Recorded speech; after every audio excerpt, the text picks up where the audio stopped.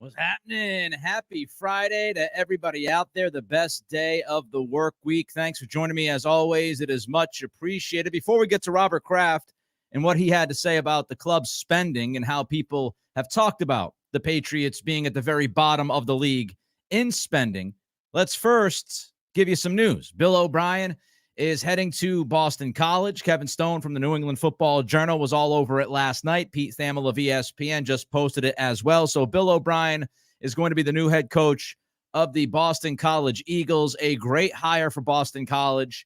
Bill O'Brien is the perfect guy for that program. He has a history of winning college football games, of coaching top programs like Penn State. So he has that experience. He has that on the resume. So that's great news for BC, and it's great news for Bill O'Brien.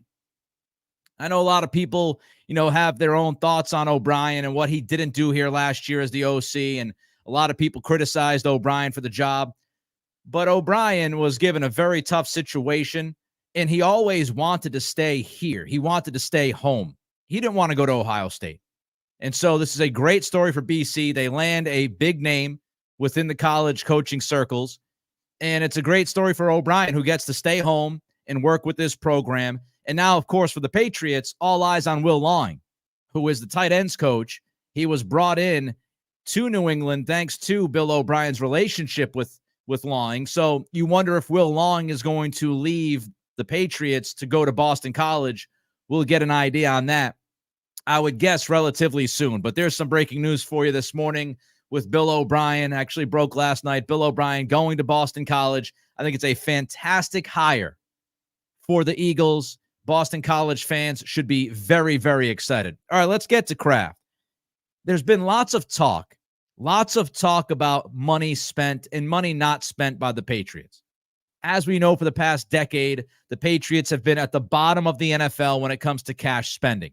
It is something that a lot of people have talked about, and it has picked up momentum over the past couple of years as the Patriots have lost more and more post-Brady.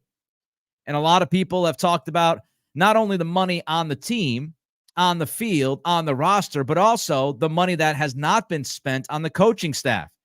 And a lot of people have brought up that the coaching staff is small compared to other coaching staffs, and that Robert Kraft is not willing to pay staffs as much as other owners are willing to pay those coaching staffs. We know the spending numbers. They are there. They are factual. Apparently, Robert Kraft has had enough. Tom Curran posted last night, Kraft spent an hour today in an informal, off-the-record sit-down with reporters from NBC Sports Boston, the Boston Globe, and The Athletic. Kraft went on record for a pair of questions at the end of the conversation. I want the off-the-record stuff, don't you? I would love that off-the-record stuff, because what we got on the record was spicy. I can't imagine what was said off the record. But here's what Kraft had to say about spending. Quote, I know there's a perception that we have held back on spending.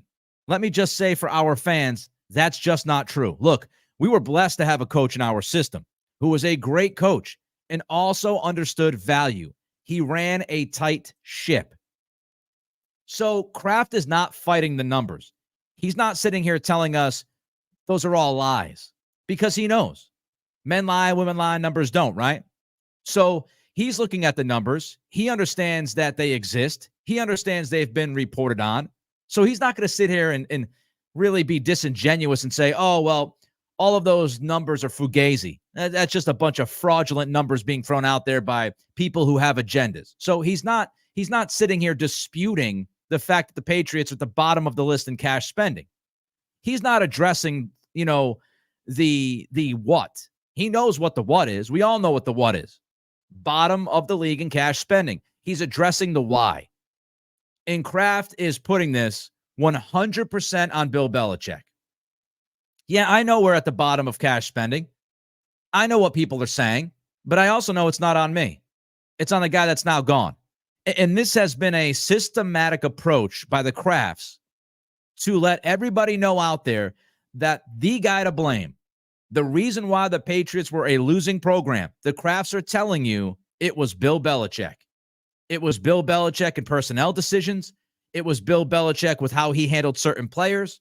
It was Bill Belichick with the spending. That was not on us. That was on Belichick. That is a clear message from the owner.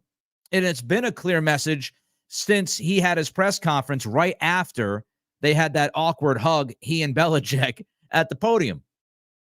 From really second one, Robert Kraft has been telling us this is all on Bill. It's CYA time for Robert Kraft, ownership, and the New England Patriots. So he's addressing the why and not the what.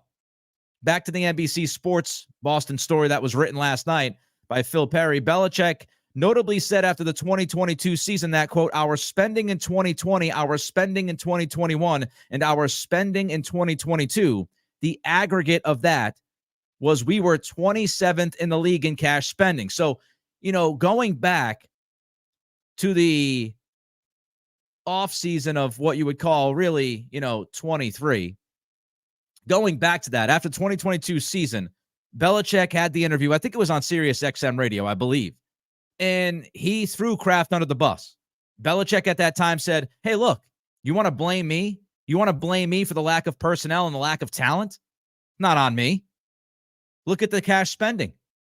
Look at the cash spending in 2020, 2021, 2022. If you take the aggregate of that, we were 27th in the league. And now Belichick, he was not only throwing Kraft under the bus at the time, he was also defending what they did in the 2021 offseason. All the money they spent. Belichick's point was, yeah, we spent that money, but at the end of the day, when you look at the 3-year period from 2020 through 2022, we were 27th in the league in cash spending. Get back to thoughts in a minute. First, I want to jump to a super chat. Again, you can jump to the front of the line of the comments if you have thoughts on Belichick, the spending. Do you believe Robert Kraft? Do you put this on Kraft? Do you put this on Belichick? If you have thoughts on that, if you have questions, you can send the super chat. You donate to the show, number one, and number two, you also get involved in the conversation and jump everybody else in the line. Mason Daly says, morning, Nick. Thanks for pushing back on Joe Judge's mouthpiece. Wish he would stop promoting this petty nonsense, but love you pushing back. I think Mason is discussing the conversation I had with Greg Bedard on yesterday's pod. If you guys haven't checked it out, the Greg Bedard Patriots podcast, Greg and I went back and forth on the idea of Jerod Mayo not landing some of the coaches that he wanted. And Greg saying that it's excusing Mayo, and me saying it's not excusing Mayo because Mayo is not in charge of what's going on here when it comes to staff spending. Like Robert Kraft would tell you and lead you to believe that Bill Belichick was. So thank you, Mason, for the super chat. Also, while you're watching, don't forget, give us that thumbs up, like, comment, and subscribe. Let's continue to build the momentum with this program, and that's how we do it. More likes means more eyeballs. Take a second of your time to do that. I appreciate you. Back to NBC Sports Boston. Over the last 10 years, the Patriots ranked last in cash spending per ESPN. Here's what Kraft said, quote, they say we've been low spenders in the last 10 years, and that might be true. But we had a pretty good record, and we won 3 Super Bowls. I don't love when Kraft or anybody else says that because we have to understand and acknowledge the context that, yeah, you won Super Bowls when you weren't spending a lot of money, but you also had the greatest quarterback of all time. So I think we have to look at Tom Brady and give him the proper level of respect, dealing with the team that he had to deal with and the players around him and getting the most out of those guys because he was that damn good. Here's the next line from Kraft, and this is a straight shot at Belichick. But our coaches have always had the ability to spend at whatever level they wanted. Now, Kraft is saying that the coaches, they have authority to spend whatever they want. Now, is that true? I don't know. Again, I don't put this on Mayo as far as we look at Nick Caley and maybe some of the decisions that have been made in this offseason at the coaching staff and not wanting to spend as much as Caley had wanted. Whether you think Caley was unreasonable or the Patriots were unreasonable in matching that, I have no idea. I will tell you, and we'll get into this a little bit later, that Robin Glazer has been in the room, according to Burt Breer, during these OC interviews. And Robin Glazer specifically was involved in the negotiation process. So I don't believe Robert Kraft saying that coaches had carte blanche. There's 3 sides to every story, right? There's going to be Kraft side, Belichick side, and the truth. I don't believe that there's unlimited resources to do whatever they want with the coaching staff. I honestly don't believe that. But I also don't believe that Robert Kraft is pinching every single penny over every single coaching staff member. And I do believe this idea that Bill Belichick kept the staff at a low number because Belichick wanted his trusted circle. Belichick's on record saying that you don't want too many cooks in the kitchen, and that if you have a huge staff, it's more difficult to disseminate your message and to communicate clearly. It is a Belichick philosophy to not have an oversized staff. So both things can be true. Here's what Kraft continued to say. I think Bill was always thinking about the future and really understood value, but we never held back with any of the coaches we've had over the last 30 years. They've been able to get whatever they want. Again, I think within limits. If cash spending became an issue for our family, and let me just say this, the cash spending number, you're looking at the roster and how much money is spent. We're not necessarily looking at, the coaching staffs and all of that. We're looking at the roster. That's what people are concerned by, right? We don't know what these coaches are making. We don't even know what Belichick was making. It's been rumored, innuendoed, kind of sort of reported that he was making $25 million a year, but nobody had a clear idea as far as Belichick's term and what he was exactly making until the very end. And let's think about why that was, because people were leaking out their agendas to reporters. If cash spending became an issue for our family, this is Kraft again, and we couldn't do it, then I would sell the team. Winning football games after my family is the most important thing in my life. Whatever we can do to help make that happen, we're going to do. That's a very crucial statement by Robert Kraft. He's throwing Belichick under the bus for all of the cash spending decisions. He's saying it's on Bill. And then he's telling the fans, we have no limitations. I'm a no-limit soldier, baby. I am willing to spend no matter what. Robert Kraft is telling you that he is willing and able and capable of walking into the room with the money gun and paying whatever to whoever. And as a matter of fact, he doubles down and he's telling the fans, if I was unable to spend at the top of the mountain, then I would sell this football team. Again, if cash spending became an issue for our family and we couldn't do it, then I would sell the team. That is above and beyond any kind of full throttle comment by Tom Werner. That is a blanket statement. We're going to pay. We're going to pay. We can pay. And if we couldn't pay, I'd sell the team. So now, Robert Kraft just opened the door for all of us to say, hey, Robert, you didn't spend. You haven't spent the past couple of years. Put the money where the mouth is. And if Robert Kraft and this team doesn't spend in this offseason and moving forward, then Kraft is wide open for the criticism he's going to get, because he just told us he's willing to spend, he can spend, and if they don't spend because they can't spend, he'll sell the team. So now it's completely fair that if the Patriots don't spend, that we can have this battle back and forth between fans and ownership about selling the football team. If this team doesn't spend, because he just told us, Robert Kraft just told us, if I was incapable of spending, we'd walk away. Now, he's also putting this on Elliott Wolf, which we'll get into in a minute. But first, Trenton jumps in. He says, I love the Master P reference.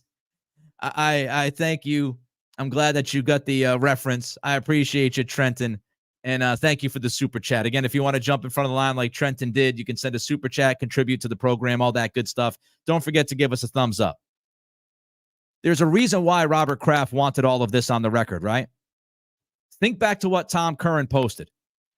Kraft spoke to reporters for 1 hour, for a full hour.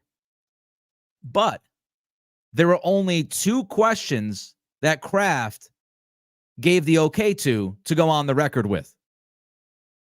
There's a reason for that. Kraft wants this out there. And no matter what he gave background to those reporters, no matter what he said during this hour-long sit-down before what was put on the record, he wanted this on the record. And so when you look at why he wanted it on the record, number one, he's telling us we can spend. Number two is he's covering his own ass. Number three, once it's out there in the public, it's out there. And so now Kraft has put himself in a corner. Just like the Red Sox did when Tom Werner went out there and said full throttle, now you put yourself in the corner. You have put yourself in a box. Because if you don't go full throttle, you're going to get killed. Just like the Red Sox have been justifiably killed this offseason. If the Patriots don't spend money, ownership is going to get killed. And Kraft, I think, is intelligently saying we can spend, but he also put it on Belichick. So now the question is, what's going to go on with Elliott Wolf? Is Wolf going to have that power? We'll get to that in a minute. But first, back to NBC Sports Boston. Kraft insisted that if the team determines this is the offseason to spend freely, he won't be an obstruction. Quote, I'm sorry this misconception has been out there. The misconception is that they don't spend because they don't want to spend, right? That's the misconception he's talking about, that it's a directive.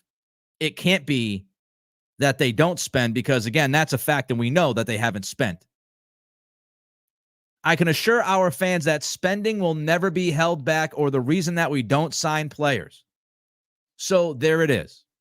Not only did Bill Belichick have the call, I'm telling you right now, I can assure you that we will not be held back by spending, i.e. Elliott Wolf will not be held back by spending. So Kraft is telling you, I'm willing to spend, but it's on those guys. It's not on me, it's on those guys. Just like he's saying it was on Bill Belichick. This was an interesting part of what Kraft said. I've actually tried to get us to sign players who maybe would have cost more, but wouldn't have been the right players or value. So we always leave that to the people we assign the responsibility to. That's interesting. It's interesting on a number of levels. And I don't know if Kraft meant to do this, but what Kraft just did was he admitted that he has meddled. Now, I've sat here and I've said, throughout Belichick's tenure, the Krafts don't meddle. The only time they really got involved was Tom Brady. But Robert Kraft just opened up his mouth. And Robert Kraft just told you, Robert Kraft just told me, Robert Kraft just told everybody that there have been instances in the past that he has wanted the Patriots to sign players who would have cost more money but would not have been the right players. So Kraft is telling us that at least at the suggestion level, he has suggested players to the front office / Bill Belichick. Now, that is a new detail. That tells us that Kraft has weighed in on things. Shouldn't be surprising in a normal structure, but it is surprising here in New England because what we've been told by reporters and what we've been told by Kraft himself, and as he said during this sit down, he doesn't get involved with these things, but apparently he gets involved at least at the level of suggestions. Hey, maybe you should sign DeAndre Hopkins. Bill would say, yeah, thanks, but no thanks. So I thought it was interesting that Kraft admits that he has meddled at a certain level. And I would love to know which players, right? At the end of the day, it doesn't matter because Kraft ultimately backed off. And again, if it's a suggestion, it's a suggestion. As long as ownership is not making these decisions, as long as ownership is giving the autonomy to the front office and giving them latitude to make the right decision by the football team, then it's not as big of a deal. But I did find it interesting that Kraft admits here that he's had his own thoughts. And, that he has said, look, I've actually tried to get us to sign players, which means he put in an effort to try to sign certain players. Daniel Dominguez, thank you for the super chat. I appreciate you. The $10 donation to the program. I always absolutely love when people spend their hard-earned money on this product because it means the world to me. It means that you appreciate what we do, and it continues to build the momentum. And that's the most important part of it. Thank you, Daniel, for the super chat. Again, the clear message is this is Belichick's fault. And now the onus is 100% on Elliott Wolf, Alonzo Highsmith, Patrick Stewart, and Matt Groh. But really mostly Elliott Wolf, because Elliott Wolf is going to be in charge of the groceries. So Kraft is also putting some pressure on this new front office, letting everybody know I'm not going to get in the way of the spending. If we don't spend, it's those guys. Kraft said it didn't make him nervous to have rookies calling the shots after Belichick's departure. Says he feels a sense of excitement and great opportunity. Said this is the first time in 31 years of ownership that we're drafting at the position that we are and have a chance to get some great players and also have the cap room that we carried over. Translation, don't bleep this up. All right, give us that like, thumbs up. Don't forget to comment. Don't forget to subscribe. Trying to hit 2,000 subscriptions by March 1st. We got a couple of weeks to do so. Let's continue this momentum we're building, and let's continue the spending talk, but this time regarding the head coach. Greg Bedard said that some people in Alabama during the Senior Bowl week mentioned that Jerod Mayo had a big-time payout and buyout. If Jerod Mayo was sent packing, that the Krafts would have to pay a big chunk of money to Mayo on his way out, a golden parachute, so to speak. And Greg mentioned on Felger and Maz and other places that a few people down in Alabama said that the Jerod Mayo buyout was $10 million. That was the number that was kicked around. If true, let me just say, that puts a bow on this terrible approach.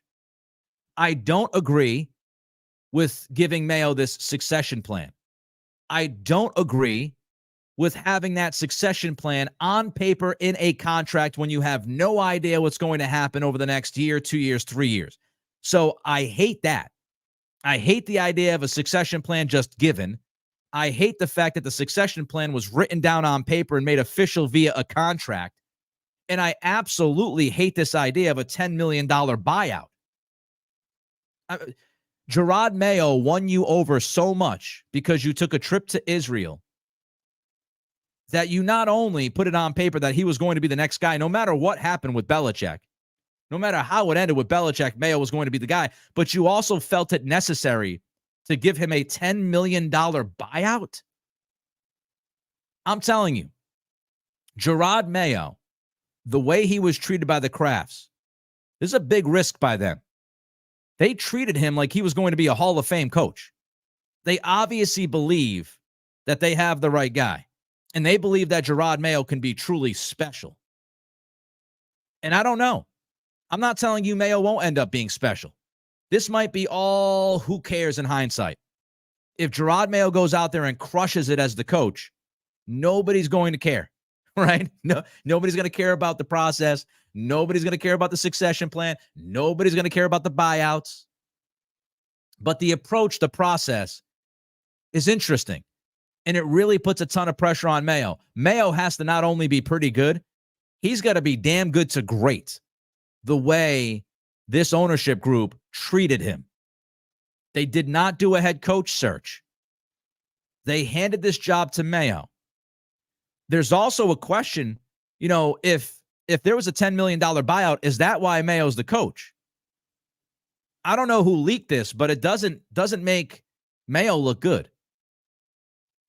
I don't know who threw this out there. I don't know if this was, some of the Belichickian disciples who have been leaking some stuff, making Mac Jones and Mayo look like jerks and idiots. I have no idea. No clue who leaked this. It's obvious Mayo did not leak this. It's obvious that Mayo's people did not leak this. It's obvious that people who are in the building right now did not leak this because, again, it makes Mayo look really, really bad. It looks like, they gave Mayo the job because they were unwilling to give him the $10 million buyout, not because he's necessarily qualified for it or they think he's going to do a great job. It's because financially they weren't going to pay Bill Belichick tens of millions to walk away, plus give Jerod Mayo a $10 million to walk away.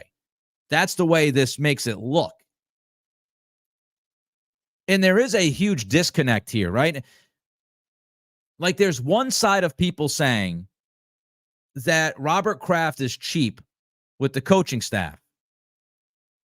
But on the other side of it, people are saying that he gave Mayo a $10 million buyout and that he paid Bill Belichick $25 million. There's one side like Karen Guregian who does a fantastic job. She wrote this week, considering Ben McAdoo's contract and the fact that, the Panthers are still on the hook for his salary because the Panthers signed him to a 3-year deal in 2022. There's term remaining on the contract. As Guregian wrote, the Patriots don't have to pay him much of anything as an assistant given the offsets in the deal.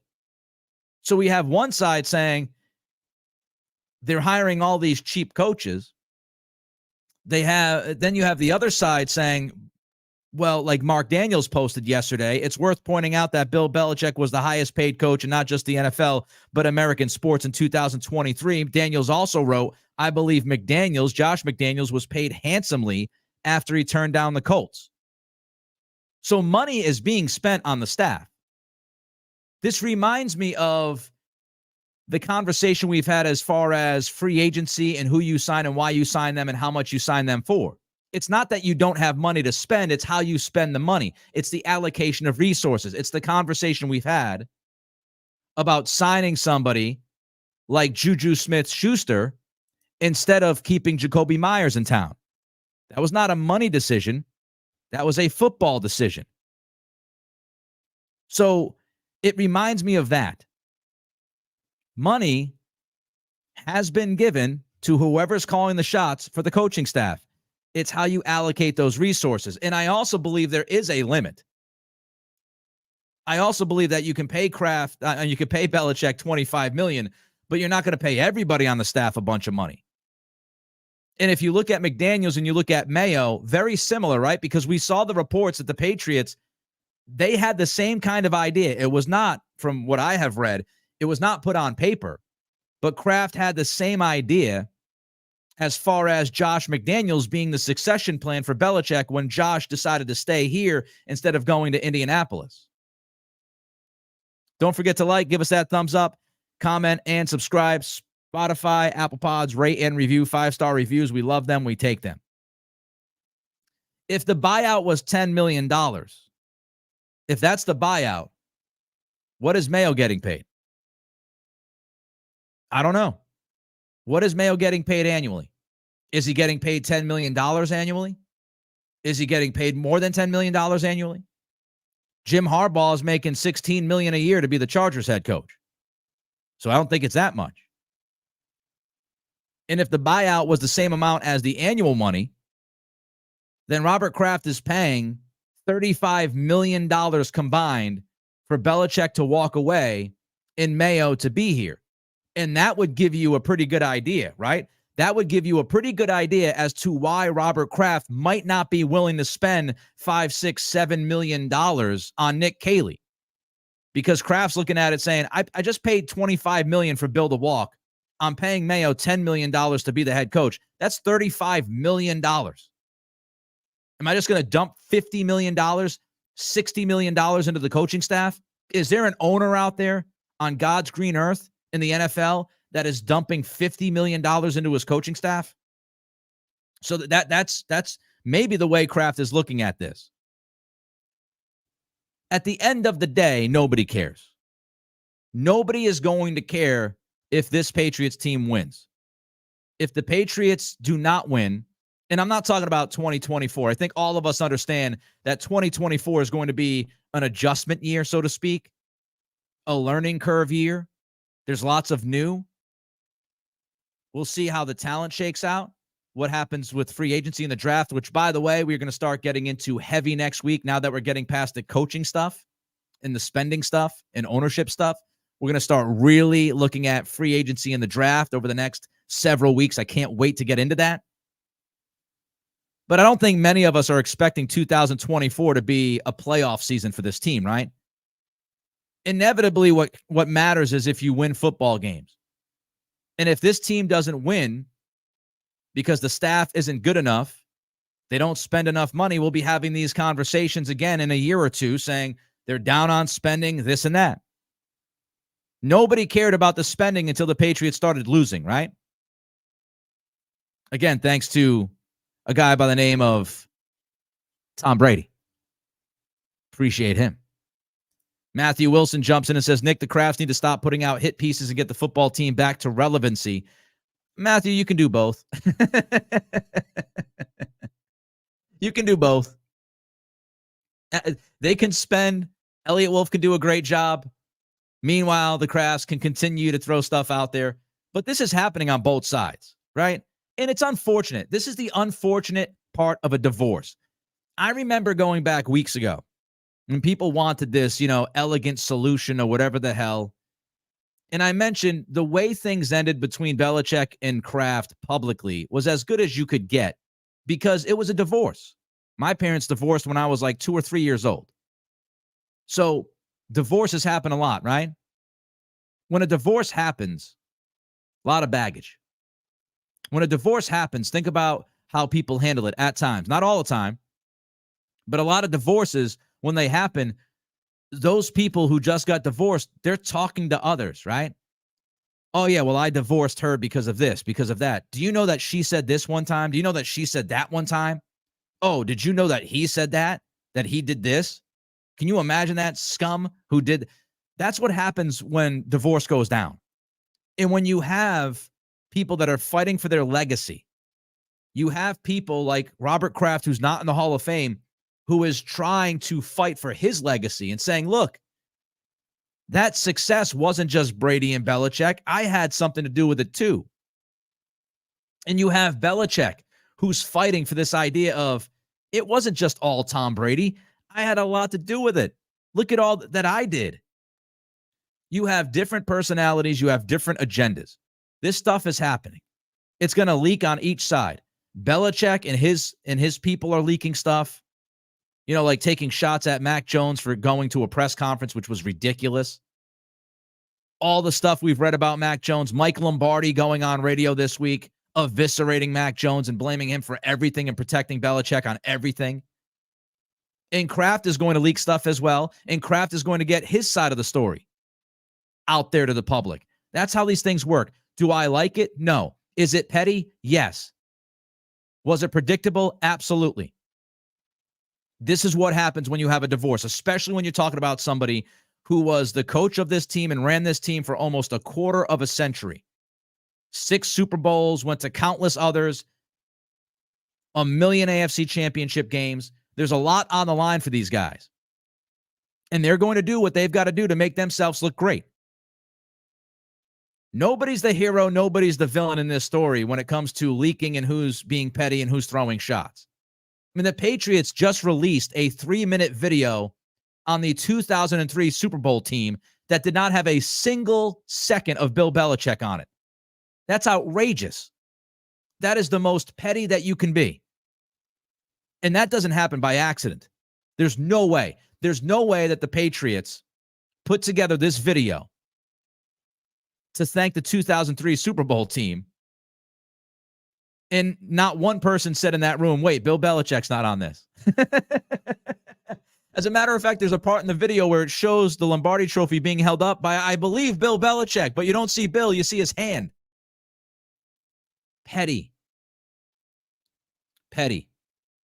Because everybody is trying to protect themselves, their reputation, their perception, and their legacy. And everybody involved in this story has pride. That's how these things work, unfortunately. Don't forget, give us that thumbs up, comment, subscribe. I want to get to the offensive coordinator interviews and some of the news that was broke last night by Burt Breer quickly. Again, I appreciate every single one of you as we try to build this community. I try to shoot it to you straight. I'm not always right. If I was, I'd be on an island worth billions of dollars. I just tell you how I see things, try to give you as objective as a viewpoint as I can. Of course, I have my own opinions. I have lots of opinions, but I appreciate the interaction and back and forth that we have here. And thank you for liking and commenting and subscribing. Let's get to the interview process.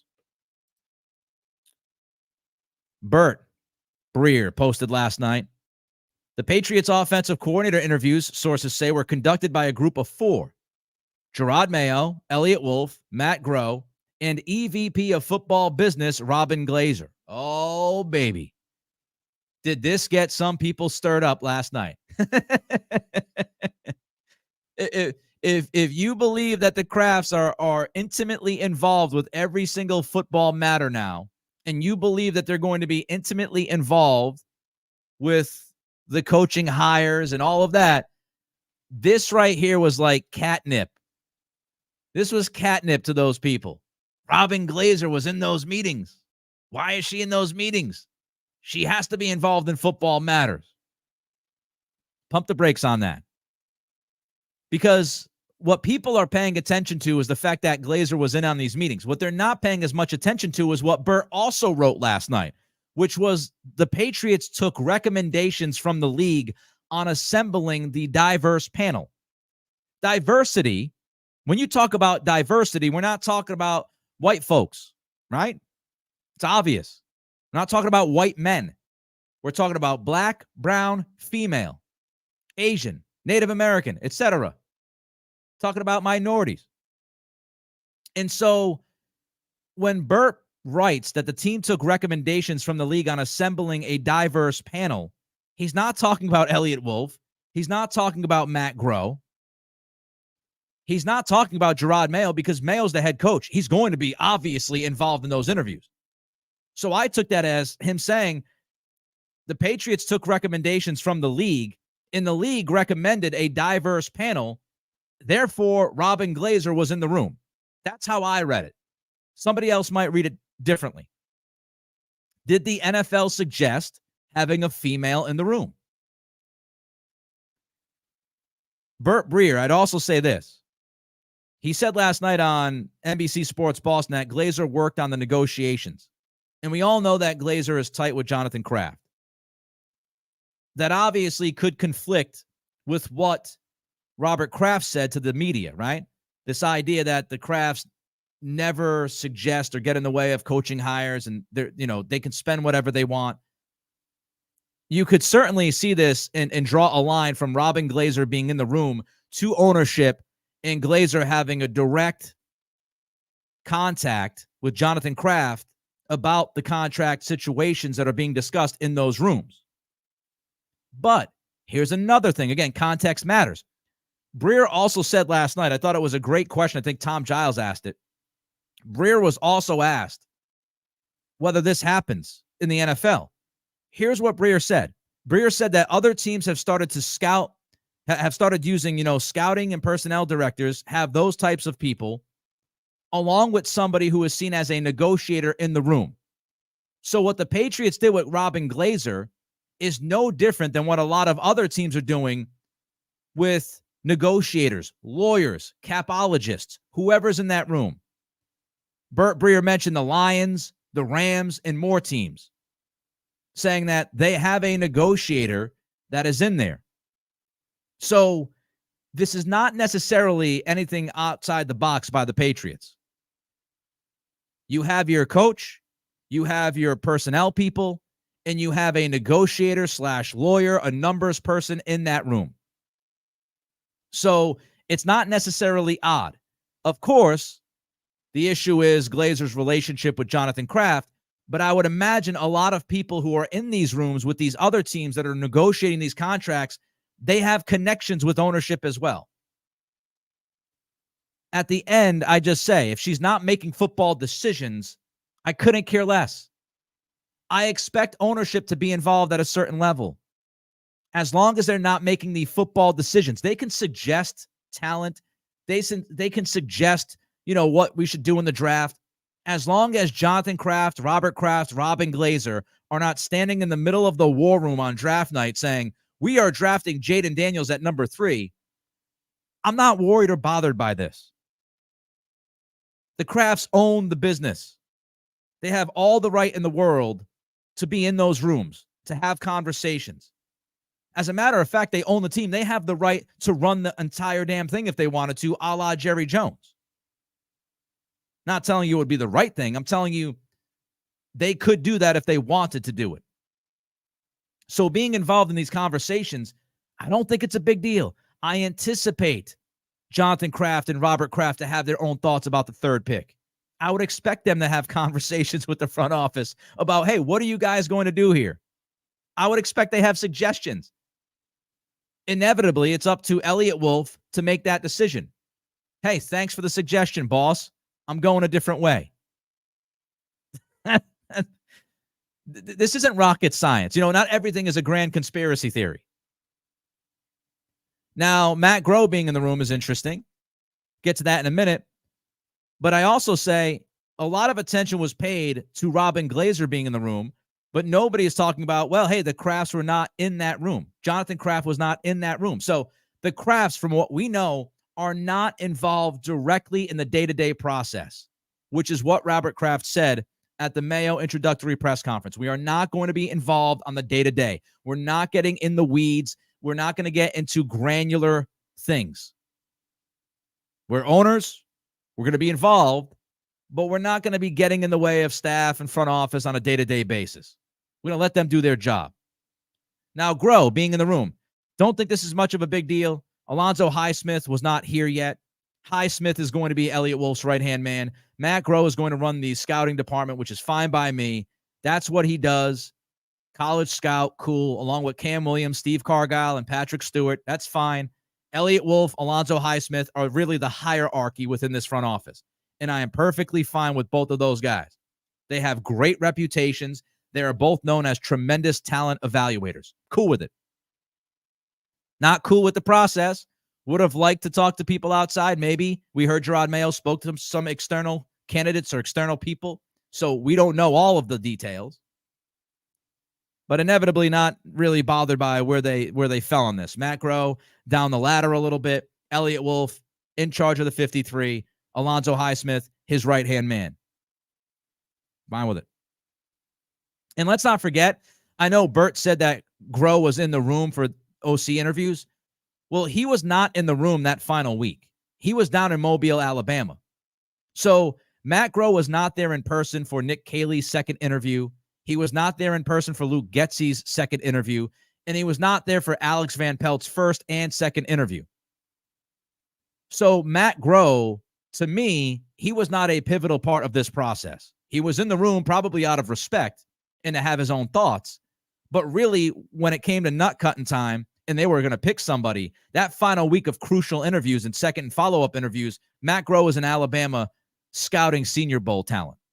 I think that tells us clearly who has the power, in which we now know it's Elliott Wolf. Patrick Stewart not involved. I'm fascinated by his role. Seems like he's kind of an in-between NFL and college. He's somebody else who's had experience outside of the New England system, not totally Belichickian, so to speak.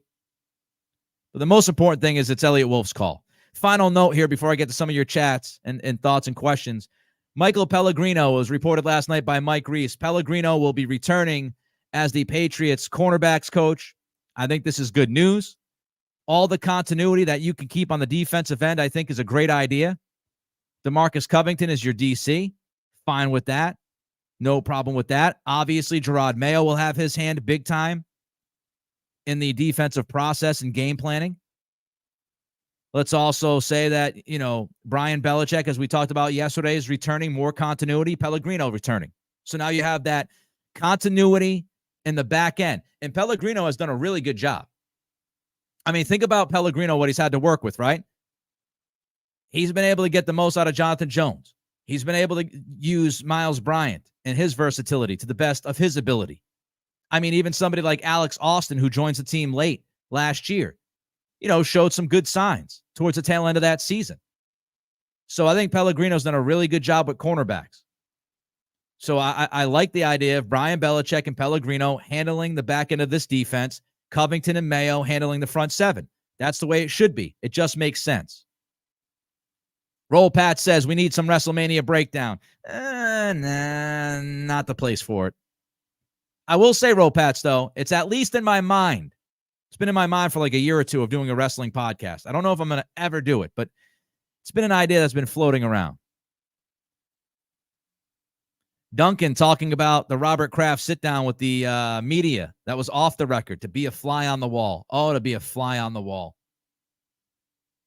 Would have been something else. Would have been absolutely something else. Eric jumps in and says, we'll see how that changes with Bill gone. Time to put your money where your mouth is. 100%, Eric. But Like I said, let's not forget, Robert Kraft is saying, I'm willing to spend. But even if they don't spend now moving forward, Kraft has really covered his bases here. It's very smart by Kraft because he's telling you he's willing to spend, but he's also giving himself an out. Because if they don't spend, he can say, well, hey, Elliott Wolf, right? Robert's kind of having it both ways. I believe, and not even kind of, he is. He wants it both ways. I'm willing to spend, but if we don't spend, it's not my fault. It's their fault. But I do believe that Bill Belichick made the decisions on spending. I do believe that. Just like I believe Elliott Wolf will make the decisions on spending now. I also believe that the money is not unlimited towards the coaching staff, and I think Kraft is suffering from a little bit of hyperbole here when he's throwing us this idea that there are no limits to the coaching staff. I do believe every team has a budget, and they stand by that budget mostly. But as far as the personnel decisions and the size of the staff and those philosophical views that we've seen for the past 24 years, I believe that was Belichick. So it's a nuanced conversation, and I hope that I'm doing a good job of giving you some clarity on it and giving out my viewpoint clearly. Ian says, sounds like Kraft is saying to all those free agents, hey, we are paying, so come on board. You could take it that way. No doubt about it.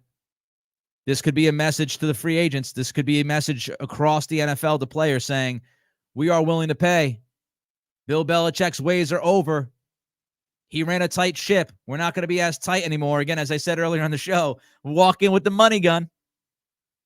All right, I'd appreciate every single one of you. Don't forget to like, comment, subscribe. Trying to get to 2,000 subscribers by March 1st. We're going to start pounding free agency in the draft coming up now, starting next week and the following weeks. I can't wait to get into the personnel of this football team, breaking down the roster, talking about possible free agent fits, all of those things. We are going to go hard on free agency and the draft, and I hope you're all here for it. Like, comment, subscribe, Spotify, Apple Pods, rate and review. Everybody have a fantastic weekend. Be safe. Have some fun. Enjoy the Super Bowl. I've got the Chiefs, by the way. I'm taking the Chiefs. I don't know how you can make Patrick Mahomes an underdog. Mahomes over Purdy. I'm going with the Chiefs in the Super Bowl. See if I'm right or wrong. Everybody have a great weekend. Appreciate you hanging out. Back on Monday, 11 a.m.